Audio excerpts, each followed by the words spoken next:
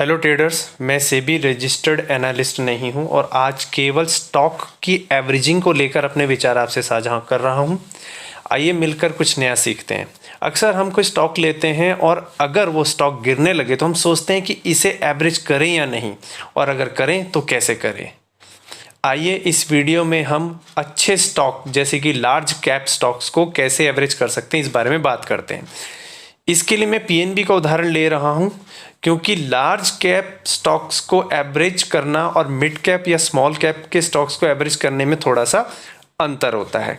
इसके लिए हम कुछ बेसिक रूल्स मानकर चलते हैं। सबसे पहले हम ये मानकर चलते हैं कि हम इस स्टॉक को लॉन्ग टर्म के लिए ले रहे हैं और इसमें हम कोई स्टॉप लॉस नहीं लगा रहे हैं, यानी कि अगर स्टॉक नीचे भी जाएगा तो भी हम इसे अपने पास रखेंगे। हमारा व्यू 5 से 10 साल का हो सकता है और अगर हमें प्रॉफिट जल्दी हो जाए तो हम तो भी इससे एग्जिट कर सकते हैं। और लगभग प्राइस डबल होने पर, जितना हमने इन्वेस्ट किया है लगभग डबल होने पर या जो आपकी इच्छा हो उसके हिसाब से प्रॉफिट बुकिंग कर सकते हैं। तो चलिए कंप्यूटर स्क्रीन पर चलते हैं। तो हेलो दोस्तों, हम आ गए हैं अपनी कंप्यूटर स्क्रीन पर। यहाँ पर मैंने जो चार्ट खोला है वो पीएनबी का चार्ट खोला है। पीएनबी का जो चार्ट है सन 2018 फरवरी मार्च के आसपास का है। ये मेरे कर्सर के आसपास आप देखें अगर जहाँ घूम रहा है तो इस जगह पर लगभग 14 फरवरी के आसपास नीरव मोदी का जो फ्रॉड हुआ था उसकी वजह से ड्रास्टिकली इसमें प्राइस ड्रॉप हुआ था। 152 से गिरते गिरते गिरते ये लास्ट में आपने देखा लगभग 100 रुपये की रेंज में आ गया था, जो कि 52 वीक लो था। तो अगर हम यहाँ से मान के चलते कि अब ये 52 वीक लो के बाद ये प्राइस ऊपर चढ़ेगा, तो यहाँ से हम देखते हैं अगर हमने ख़रीदा और अगर ये नीचे जाता है, क्योंकि ये एक लार्ज कैप स्टॉक है, तो इसकी एवरेजिंग कैसे हम कर सकते हैं। तो इसके लिए मैं आपको लेकर जाता हूँ एक एक्सेल शीट पर, जिसका कि शेयरेबल और एडिटेबल लिंक मैं आपके साथ डिस्क्रिप्शन बॉक्स में शेयर कर दूंगा। आप चाहें तो उसको यूज़ कर सकते हैं। तो यहाँ से अगर हम देखें, मैं इसको सब पुराने डेटा को डिलीट कर देता हूँ और हम मान के चलते हैं कि हमने इस शेयर को जो है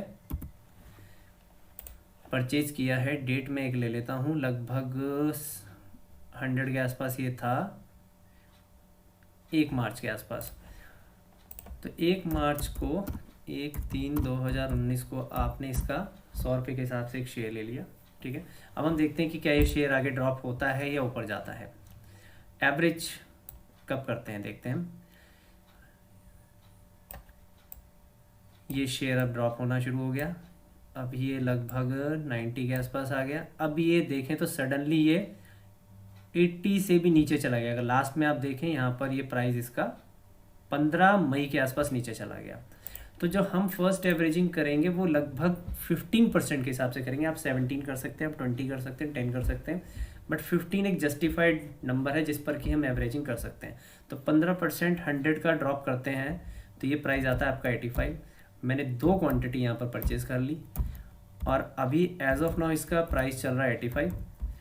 तो अगर आप देखें कि जब आपने एक शेयर लिया हुआ था 100 रुपये का और वो जब 85 पे आया तो आपका लॉस 15% था, लेकिन जैसे ही आपने 2 शेयर और खरीदे 85 के हिसाब से, टोटल इन्वेस्टमेंट आपकी 270 हो गई और आपका जो लॉस है वो 15 रुपये हो गया और 5% आपको आपके इस पोर्टफोलियो में लॉस हो रहा है, पीएनबी के पोर्टफोलियो में जो आपने खरीदा, और प्राइस 15% डाउन चला गया।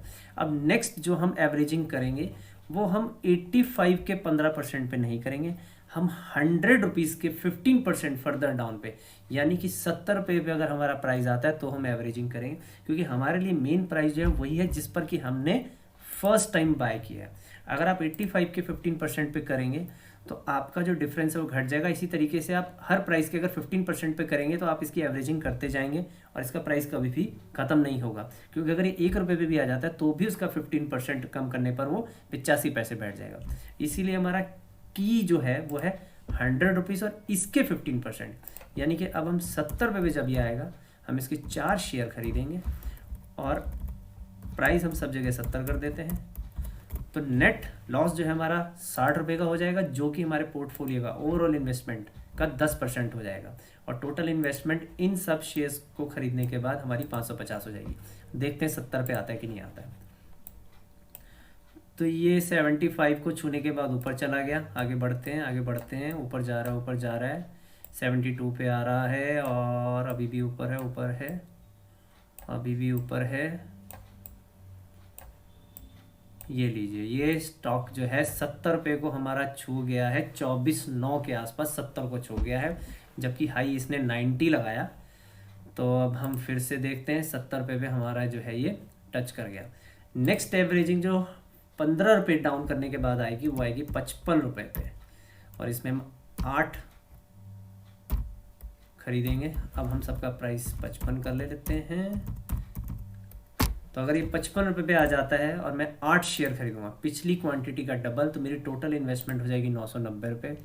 मेरा जो लॉस होगा वो 165 रुपये हो जाएगा टोटल पोर्टफोलियो पे, और लॉस परसेंटेज जो है मेरा 16% हो जाएगा टोटल पोर्टफोलियो का।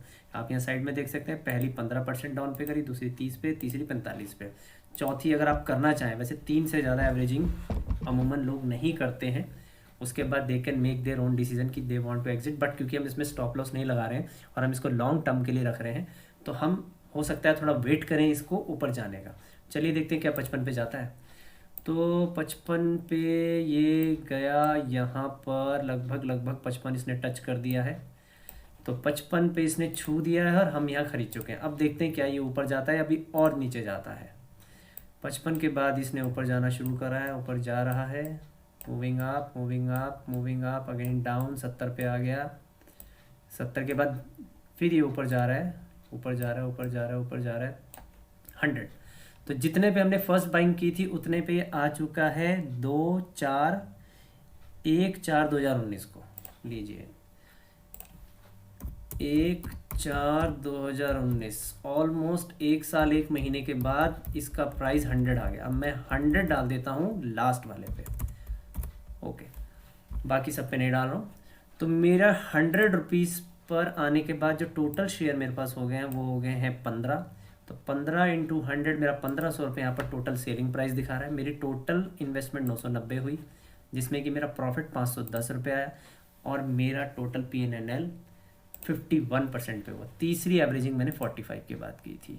तो अगर आप चाहें इस तरीके से भी एवरेजिंग कर सकते हैं। कुछ लोग 10% के हिसाब से करते हैं, कुछ 5% के हिसाब से करते हैं, कुछ लोग जब ड्रॉप आता है तब करते हैं।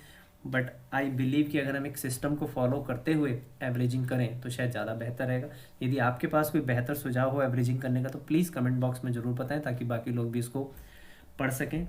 मिड कैप और स्मॉल कैप की एवरेजिंग जो है वो थोड़ी डिफरेंट तरीके से होती है। फॉर्मेट सेम रहता है, बस उसमें परसेंटेज थोड़ा डिफरेंट हो जाता है। उसके लिए मैं कोशिश करूँगा अलग से वीडियो बना दूँ। वीडियो को लाइक, सब्सक्राइब और शेयर जरूर करें यदि आपको अच्छा लगा हो। धन्यवाद।